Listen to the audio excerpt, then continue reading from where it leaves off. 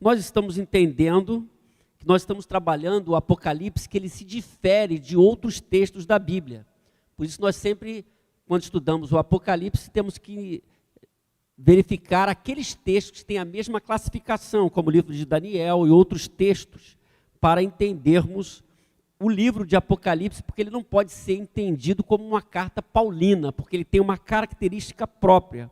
É um livro que é trazido por João na revelação que ele recebe na ilha de Patmos, num momento difícil da igreja, de provação, de perseguição, de morte, dentro do que estava acontecendo no Império Romano em relação aos cristãos que estavam sendo perseguidos.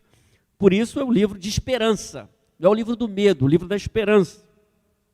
A última bem-aventurança, a gente viu que ela nos falou sobre o banquete do casamento do Cordeiro, não é? E nós aprendemos lá nesta quarta bem-aventurança que ela descreve um acontecimento especial, para lembrar para você, ela descreve uma preparação especial e uma consumação especial. Todas as bem-aventuranças estão mostrando algo que acontecerá no futuro, ou a condição dos filhos de Deus, por isso produz essa esperança naquele primeiro grupo de crentes, porque o texto ele é escrito para aquela geração de crentes que estava ali sofrendo, mas ele é escrito para nós também, nos apontando algumas coisas em relação à consumação do plano de Deus na terra. Então nós vamos ler agora a quinta bem-aventurança, Apocalipse 20, verso 6. Você vai acompanhar ali, diz assim: felizes e santos os que participam da primeira ressurreição. A segunda morte não tem poder sobre eles. Serão sacerdotes de Deus e de Cristo e reinarão com ele durante 1000 anos. Vamos ler juntos? Felizes e santos os que participam da primeira ressurreição. A segunda morte não tem poder sobre eles, serão sacerdotes de Deus e de Cristo e reinarão com ele durante 1000 anos.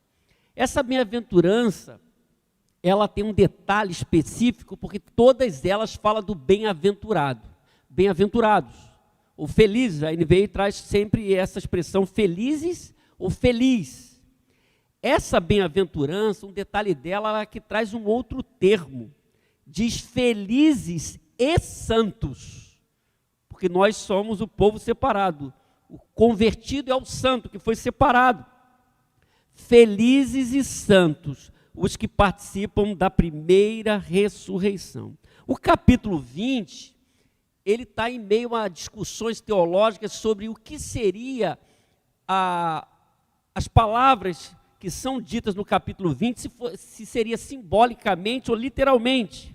Quando fala da primeira ressurreição, alguns advogam que essa primeira ressurreição seria a conversão, e que a igreja já reina nesse período que Cristo veio e que estabeleceu a igreja. Mas como nós lemos o capítulo 20, a gente percebe que essa visão não cai bem aqui. Aqui é uma visão mais literal realmente, né? Porque ele está falando feliz e santo, ou felizes e santos, os que participam da primeira ressurreição. E vai descrever como é essa ressurreição. Então, especificamente no verso 6, nós vamos partir dessa tese bíblica que ele está falando da ressurreição do corpo. E felizes os que participam dessa ressurreição, e tem 3 detalhes que estão envolvidos nestes que participam dessa ressurreição, que ele chama de primeira ressurreição. Então o texto vai mostrar 3 características daqueles que participam da primeira ressurreição, e assim nós vamos entender um pouco mais sobre essa bem-aventurança. Primeira coisa é que estes que participam da primeira ressurreição, segundo o texto, estão protegidos do que ele chama da segunda morte. Olha só que interessante. Então o texto fala da segurança dos salvos. É importante nós lembrarmos sempre que o contexto é de morte. O contexto daquela igreja é de perseguição. O contexto é de perda. O contexto é de um império que oprime. Então a palavra é de esperança. Então o texto está falando de morte. Eles viviam esse contexto de morte. Nós vivemos também, porque perdemos as pessoas e nós também um dia morreremos biologicamente, fisicamente, mas o texto diz que felizes e santos que participam da primeira ressurreição, mas o texto diz a segunda morte não tem poder sobre eles. A ideia do texto aqui, meus irmãos, é que não tem autoridade sobre eles.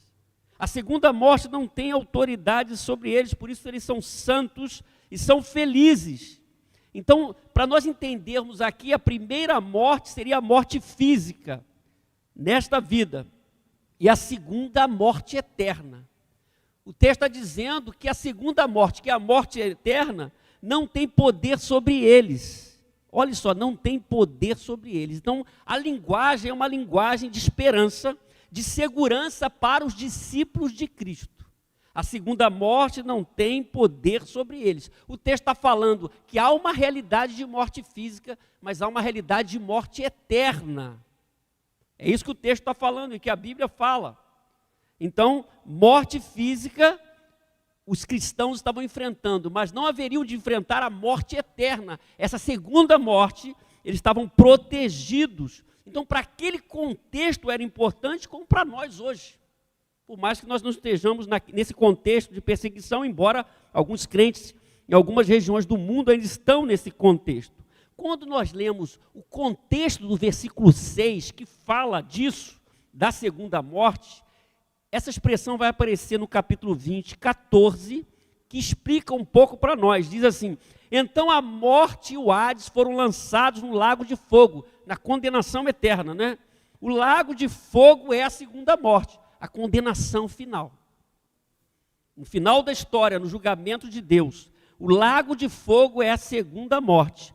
Quando nós voltamos para o texto diz que felizes os santos que participam da primeira ressurreição e a segunda morte não tem poder sobre eles. Então essa segunda morte é mostrada no verso 14. Então para nós entendermos bem isso que ele está falando, nós podemos dizer que uma pessoa que nasce duas vezes morre apenas uma. Olha só, uma pessoa que nasce duas vezes morre uma. A pessoa que nasce apenas uma morre duas. Vou explicar para você. Você nasceu biologicamente, você vê este mundo, mas você nasceu de novo num dado momento. É isso aqui. Então você morre apenas uma, você vai morrer fisicamente, mas você não vai ter a condenação eterna, você vai ressuscitar como Cristo ressuscitou.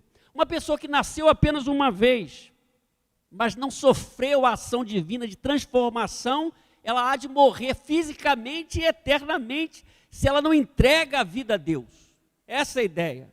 Por isso, felizes e santos aqueles que participam da primeira ressurreição.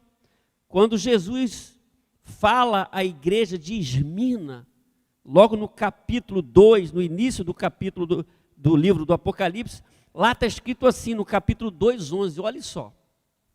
Aquele que tem ouvido, ouça o que o Espírito diz às igrejas.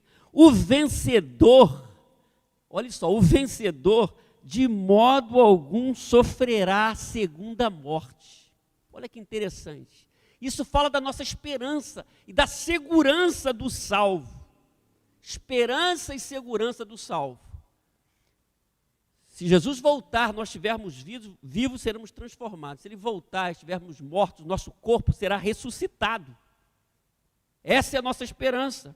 Então, o vencedor, de modo algum, sofrerá a segunda morte, que Jesus está dizendo à igreja de Esmirna, que é uma palavra de esperança, como nós temos na quinta bem-aventurança, daquele que participa da primeira ressurreição. Quando olhamos o livro de Daniel, que é um livro apocalíptico, é uma literatura apocalíptica que a gente pode comparar, Daniel 2:12 diz: multidões que dormem no pó da terra acordarão. Olha só. Uns para a vida eterna e outros para a vergonha e para o desprezo eterno. Haverá um julgamento. Uns ressuscitarão para a vida, para viver eternamente com Deus, outros para o desprezo eterno. Nós temos a expressão no livro de Daniel que é interessante. Jesus vai falar sobre esse assunto.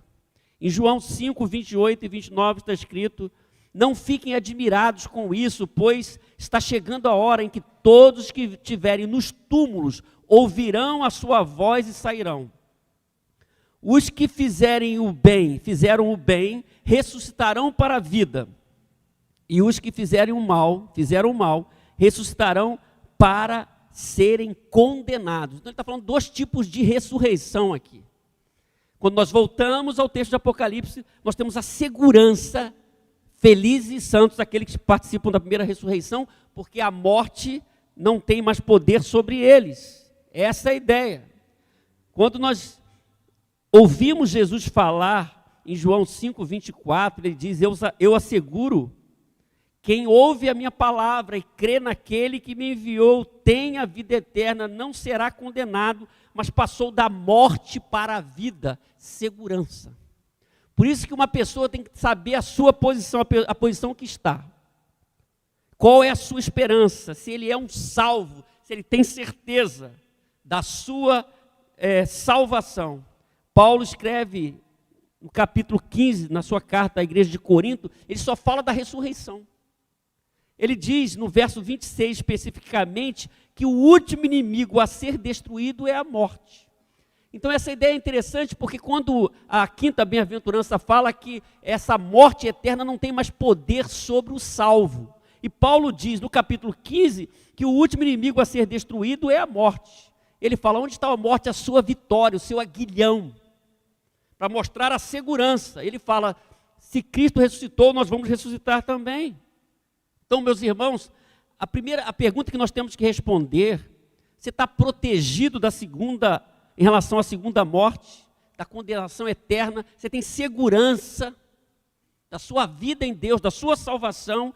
Isso era importante, porque essa palavra é uma palavra de esperança para aqueles irmãos e é também para nós, porque nós temos segurança. Podemos morrer fisicamente, nós vamos ressuscitar. Amém? Nós não seremos condenados. Então a grande pergunta, a grande questão é pensarmos sobre esse assunto, quando em tantos lugares as pessoas se reúnem para cantar louvores a Deus, sentam para ouvir a palavra de Deus, sentam até para servir a Deus, estamos falando sobre isso. Mas quando falamos de salvação, de eternidade, é outra conversa. Muitas pessoas estão no ambiente da fé, participam de coisas de um lugar cristão, de uma igreja, de uma denominação, mas elas não estão seguras. Elas não têm certeza da salvação em Cristo Jesus. A minha convicção não é porque eu fiz, mas porque Jesus fez. Ele abriu um caminho vivo e novo, além do véu, diz o autor aos Hebreus. Por isso, quando eu ouço essa palavra da quinta bem-aventurança, eu me coloco com segurança. Felizes e santos aqueles que participam da primeira ressurreição. A segunda morte não tem poder sobre eles. Então isso aí é segurança, é esperança, meus irmãos. Era para aqueles irmãos e é para nós. Agora, eu sou um salvo ou eu sou apenas um membro da igreja? Essa palavra, eu me incluo nela, eu tenho esperança, eu me incluo, eu estou seguro em relação à morte eterna, eu estou seguro porque sou membro da igreja, eu sou seguro porque faço coisas para Deus, ou sou seguro porque entreguei a minha vida a Ele, Ele me regenerou, Ele me salvou, Ele transformou a minha vida. Por isso, nós devemos pensar sobre a nossa realidade diante dessa quinta bem-aventurança, nesse primeiro aspecto, o aspecto do poder da segunda morte. É o que ele diz aqui. Mas há uma segunda característica daqueles que participam da primeira ressurreição: eles serão sacerdotes de Deus. É a atribuição dos salvos. É interessante, meus irmãos, que nós falamos sempre isso, que a Bíblia é a revelação progressiva de Deus. Deus foi se dando a conhecer, Ele foi se mostrando desde a antiga aliança até a nova aliança, e nós vamos entendendo o quadro completo. O texto diz: a segunda morte, quem participa da primeira ressurreição, não tem poder sobre eles.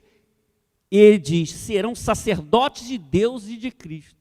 Sempre foi o desejo de Deus que a nação de Israel se transformasse num reino de sacerdotes.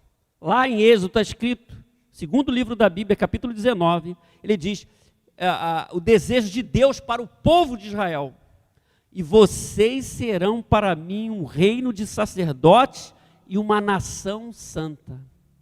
No segundo livro da Bíblia, vocês serão para mim o quê?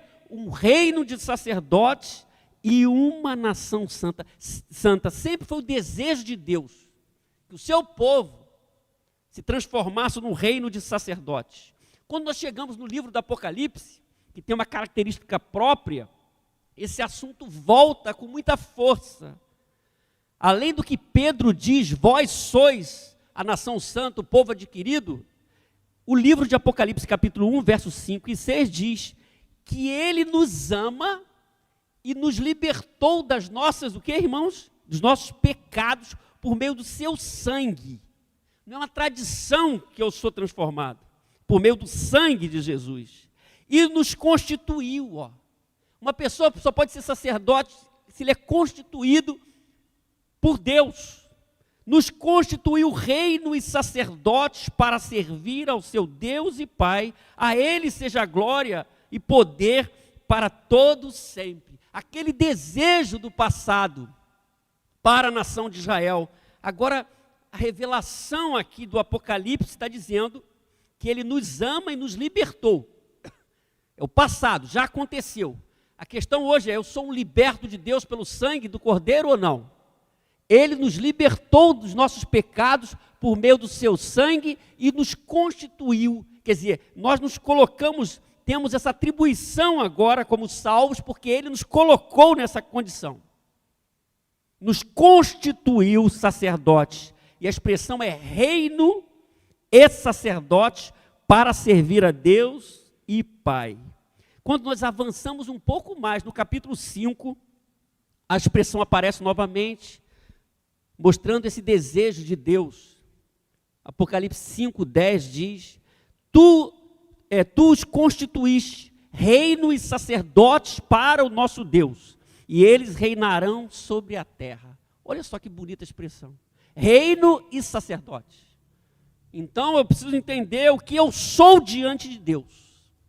Se eu já sofri essa ação divina, Ele me constituiu reino e sacerdote para servi-lo. Eu já sofri essa ação divina, eu sou sacerdote de Deus, o sacerdote tem acesso a Deus. Na linguagem do Antigo Testamento, só o sacerdote podia entrar no santo lugar, e só o sumo sacerdote no santíssimo lugar, uma vez por ano, no dia da expiação, dia da confissão, do quebrantamento, uma festa anual, um dia só. Ali era a presença de Deus. Então, quando nós olhamos na Antiga Aliança, havia alguns sacerdotes. Na Nova Aliança, todo salvo é um sacerdote. Amém, irmãos? Você é um sacerdote de Deus, está na presença de Deus, você tem essa garantia, e você está nessa condição porque Ele colocou você por meio do sangue, do seu próprio sangue. Por isso, aquele que participa da primeira ressurreição, ele está protegido da segunda morte, da morte eterna. Ele pode morrer fisicamente, mas não morrerá eternamente. E ele é sacerdote de Deus. Serão sacerdotes de Deus. No outro nível aqui, ele está falando. Porque nós já somos sacerdotes de Deus, mas essa visão do sacerdócio vai acompanhar a gente até a eternidade. Essa é a visão, é o desejo de Deus do Antigo Testamento e que é ampliado no Novo Testamento. Então, os sacerdotes de Deus são as pessoas transformadas por Ele, marcadas pelo sangue. Você é um sacerdote, você só pode ser um sacerdote de Deus se você é um liberto de Deus pelo sangue do Cordeiro. Amém?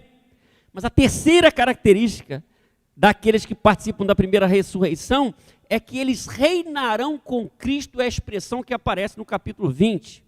E aí a posição. Ele tem uma posição especial. Então, quando a gente leu a bem-aventurança toda, a gente vai entender um pouco o quadro. Felizes e santos, que é uma característica da quinta bem-aventurança, que não traz só a expressão feliz, bem-aventurado, mas santos também. Os que participam da primeira ressurreição, que aqui entendemos que não é a conversão, não é? Mas é a ressurreição mesmo do corpo. A segunda morte não tem poder sobre eles, é uma bênção. Nós estamos vivendo, podemos viver muito ou pouco, mas nós temos a certeza da nossa salvação, ou não. Você tem certeza da sua salvação? Essa certeza não é dada porque você canta todo domingo cânticos aqui, você senta numa classe de escola dominical, é muito mais do que isso. Segunda morte não tem poder sobre eles. Eles serão sacerdotes de Deus, que é o desejo de Deus em toda a Bíblia. Nós seremos sacerdotes de Deus. E somos sacerdotes de Deus. E seremos sacerdotes de Deus. É uma ideia do que já temos, mas que será ampliado no futuro da intervenção divina. Nós temos comunhão com os irmãos, mas vamos ter comunhão na eternidade. Nós adoramos a Deus, nós acabamos de ler o capítulo que nós lemos de Apocalipse no começo do culto, do nível de adoração nos céus, como que é. Nós vamos participar de um outro nível de adoração. Nós falamos com Jesus, mas na linguagem de João, o veremos face a face como ele é. É a nossa posição. Reinarão com Cristo durante 1000 anos. E aqui há 3 visões básicas construídas ao longo da história sobre essa questão de reinar com Cristo, né? Pode voltar para mim. A primeira é que é uma visão que esse milênio, esses 1000 anos, já é o reinado de Cristo sobre a igreja. Então se construiu essa ideia, essa primeira ideia. A segunda ideia de um pós-milenismo, que o avanço do evangelho será tão grande que vai atingir toda a terra, e esse avanço do evangelho, chamado então de pós-milenismo, antecederá a volta de Cristo. Alguns dizem então que esse milênio não é literal por isso, porque eles entendem como Cristo estivesse reinando já depois da sua vinda. Mas a visão que nós vemos do contexto do capítulo 20, meus irmãos, é que haverá um reinado de Cristo, que se encaixa mais aqui, que nós chamamos de pré-milenismo. Não é pré-milenismo. Alguns textos do Antigo Testamento, por exemplo, que nós vimos Isaías 11, que fala de animais violentos que andarão com crianças. E alguns textos do Antigo Testamento, palavras proféticas, elas não se encaixam em nenhum tempo da história, nem agora, nem na eternidade, no final de tudo, no novo céu, nova terra. Então, o cumprimento dessas profecias, elas só podem se encaixar no momento de reinado de Cristo, numa intervenção final de Cristo da história, onde ele vai reinar. Pode ser até 1000 anos, ou pode ser um outro tempo, esses 1000 anos como uma expressão figurada para mostrar um tempo de Deus reinando. E depois ele há de julgar toda a criatura, então nós iniciamos a eternidade, novo céu, nova terra. Essa é a esperança que nós temos de acordo com o texto bíblico. Então ele diz que esses que são sacerdotes reinarão com ele. É uma posição. Inclusive não importa a posição que você abrace, se você é de Jesus, você vai estar com ele, você vai reinar com ele. Isso é fato. Por isso o texto diz: felizes e santos que participam da primeira ressurreição. Está morrendo gente aí, mas vamos receber essa palavra. É a palavra de Deus aos primeiros, aos cristãos dessa época, né? Felizes os santos, os que participam da primeira ressurreição. O que acontece com eles? A segunda morte não tem poder sobre eles. Então eles estão protegidos. Eles não protegidos porque eles fazem as coisas, eles estão protegidos pelo que Jesus fez, pelo sangue derramado. Eles também serão sacerdotes de Deus, porque essa é a proposta de Deus desde a antiga aliança. Transformar o seu povo num reino de sacerdotes. E note bem, meus irmãos, nada pode ofuscar o plano de Deus. O povo dele será um reino de sacerdotes. A grande questão é se eu vou participar de tudo isso, e se eu tenho certeza do que eu sou na presença de Deus. Se eu entreguei a minha vida a Deus, se eu sou de fato um sacerdote de Deus, eu estou na presença de Deus. Novamente, na linguagem do Antigo Testamento, alguns eram sacerdotes, alguns tinham o Espírito Santo. Na Nova Aliança, todos são sacerdotes. Todos foram selados com o Espírito Santo e marcados com o sangue de Cristo que os constituiu sacerdotes. Isso é muito bonito. E ele diz mais: reinarão com ele. Então, haverá um tempo que estaremos na presença de Deus, não só nesse período de reinado de Cristo, mas na eternidade. Essa é a vontade de Deus. Reinarão com ele. Então, note bem, meus irmãos, Esse é o privilégio que nós temos como salvos. Aquele primeiro grupo de crentes que estava sofrendo com o Império Romano, estava ouvindo essa palavra. Eles estavam entendendo, nós vamos ser protegidos da segunda morte. Nós estamos morrendo fisicamente, mas nós vamos morrer eternamente. Amém? Essa é a segurança dos salvos. O salvo é seguro por Deus. Há muitos crentes, temos ouvido testemunhos de perseguição, hoje ainda, de missionários sendo perseguidos e mortos. As pessoas podem tirar a vida deles, mas eles estão seguros, eles são salvos, amém? Eles estão protegidos da segunda morte, não serão condenados eternamente. Mas o texto diz que estes que participam da primeira ressurreição serão sacerdotes de Deus, que é a nossa atribuição. Nós seremos sacerdotes de Deus, fomos constituídos sacerdotes. E diz mais, que eles reinarão com Cristo, a posição. Então nós temos a segurança dos salvos. Quem não é salvo está inseguro. Quem não é salvo está no medo. Quem não é salvo pergunta, e agora quando eu fechar os olhos? O que vai acontecer? Essa é a pergunta crucial, quando nós temos certeza da nossa salvação. Por isso nós voltamos ao que Jesus disse, aquele que ouve a minha palavra, João 5:24, e crê naquele que me enviou, tem a vida eterna, não entrará em condenação, mas passou da morte para a vida. É um status novo, então a segurança, você é seguro, você está seguro da sua salvação? Essa é uma pergunta que esse texto nos faz pensar e trazer. O texto falou da atribuição do servo de Deus, ele é sacerdote, e a atribuição do salvo. Ninguém é sacerdote se não é salvo. E o texto fala da posição dos salvos, é uma posição de reinado. Reinarão com Cristo e com Deus. Amém, irmãos? Quando nós olhamos aquele contexto de tanto sofrimento, nós reconhecemos que essa palavra é uma palavra de ânimo, uma palavra de esperança, não só para aquela igreja daquele tempo, do primeiro século, final do século, em meio a perseguições do Império Romano, mas para nós também que estamos debaixo do agir de Deus. E Deus está levando a história para o seu fim. O texto mostra que ele há de agir no final da história. E o salvo é seguro. Então ele diz, bem-aventurado esse que participa da primeira ressurreição, porque ele está num outro status. A grande questão é saber o meu lugar, se eu tenho certeza daquilo que Deus já operou em minha vida, ou se eu preciso hoje tomar uma decisão para participar dessa bem-aventurança, e está seguro, bem-aventurado aquele que participa da primeira ressurreição. A morte não tem mais poder sobre ele. Então nós estamos vivendo aqui hoje, mas nós entregamos o nosso caminho a Deus, e sabemos que estamos seguros nele, estamos seguros como salvos, temos uma atribuição como salvos, e temos uma posição como salvos. Aquela igreja precisava lembrar dessa realidade em meio ao sofrimento, e nós hoje precisamos lembrar também disso. Não importa os detalhes do fim, há muitos detalhes, mas essas verdades devem nos acompanhar. Nós devemos ter segurança em Deus, da nossa posição, pelo que Cristo fez. E nós seremos sacerdotes, somos e seremos no outro nível, e reinaremos com Cristo. Na linguagem de João, novamente, o veremos como ele é. E vamos participar do fim da história, e da pós-história, do novo céu e da nova terra, depois do julgamento final, e viveremos para sempre com ele. Amém? Você tem essa certeza? Essa palavra se aplica a você?